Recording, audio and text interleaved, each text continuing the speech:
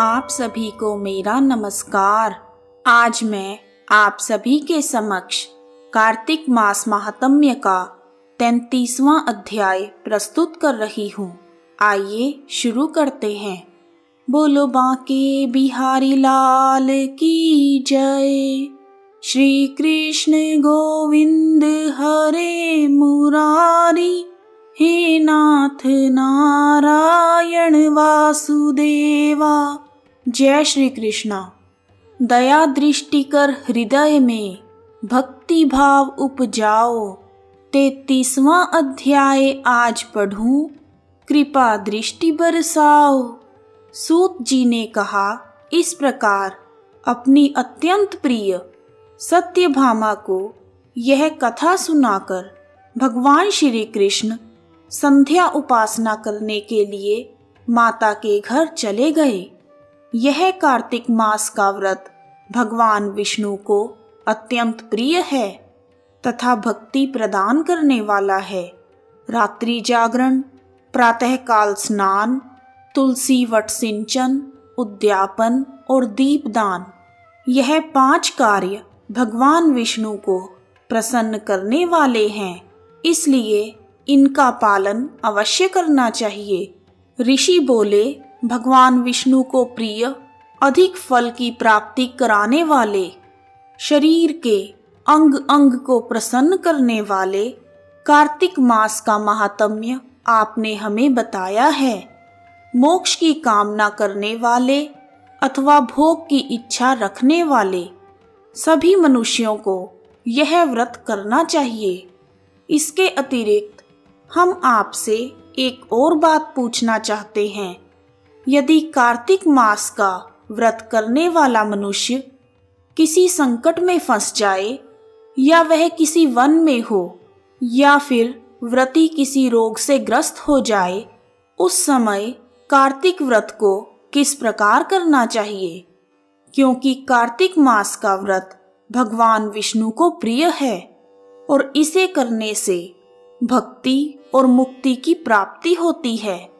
श्री सूत जी ने इसका उत्तर देते हुए कहा, यदि कार्तिक मास का व्रत करने वाला मनुष्य किसी भी संकट में फंस जाए, तो वह हिम्मत करके भगवान शिव या भगवान विष्णु के मंदिर जो भी पास में हो, वहां जाकर रात्रि जागरण करे।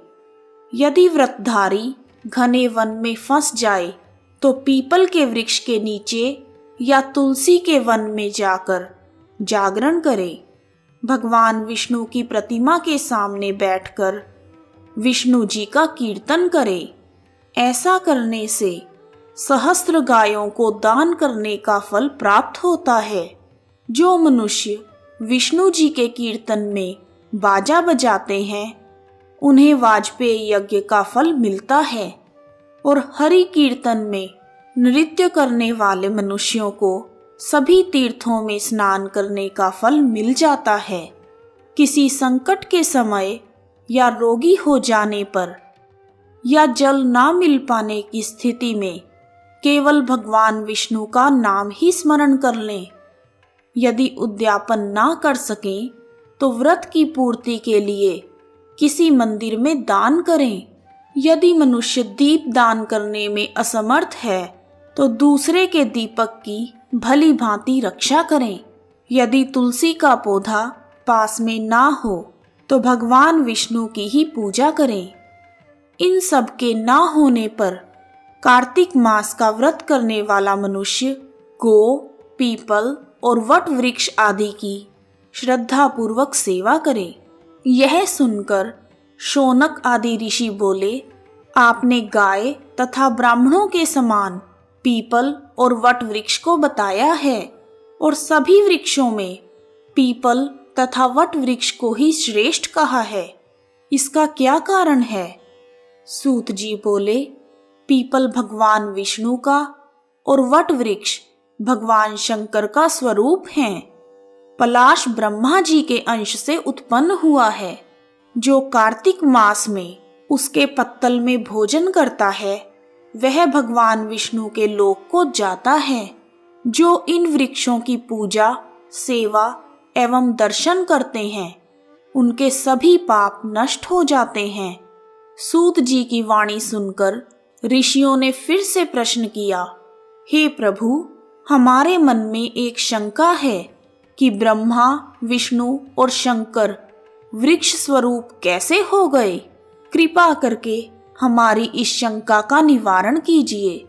तब सूत जी बोले, प्राचीन काल में भगवान शिव तथा मां पार्वती विहार कर रहे थे। उस समय उनके विहार में विघ्न उपस्थित करने के उद्देश्य से अग्निदेव ब्राह्मण का रूप धारण करके वहां पहुंच गए। अग्निदेव द्वारा विघ्न डालने पर मां पार्वती ने कुपित होकर सभी देवताओं को शाप दे दिया और कहा, हे देवताओं, विषय सुख से कीट पतंगे तक अनभिज्ञ नहीं हैं। आप सब ने देवता होकर भी उसमें विघ्न उपस्थित किया है, इसलिए आप सभी वृक्ष बन जाओ।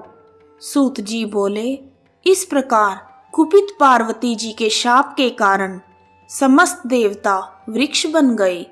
यही कारण है कि भगवान विष्णु पीपल और शिव भगवान वट वृक्ष हो गए।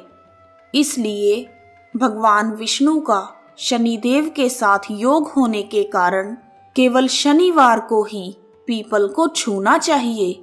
इस प्रकार कार्तिक मास महात्म्य का 33वां अध्याय पूर्ण हुआ। बोलो बांके बिहारी लाल की जय। हरे रामा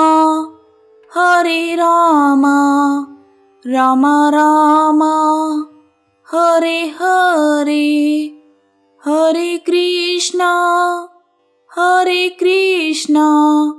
कृष्णा कृष्णा हरे हरे। यदि आपको कार्तिक मास के महात्म्य का 33वां अध्याय पसंद आया है तो कमेंट बॉक्स में जय श्री कृष्ण दामोदर भगवान, जय माता दी लिखना ना भूलें। आप सभी का हार्दिक धन्यवाद। जय श्री कृष्ण, जय माता दी।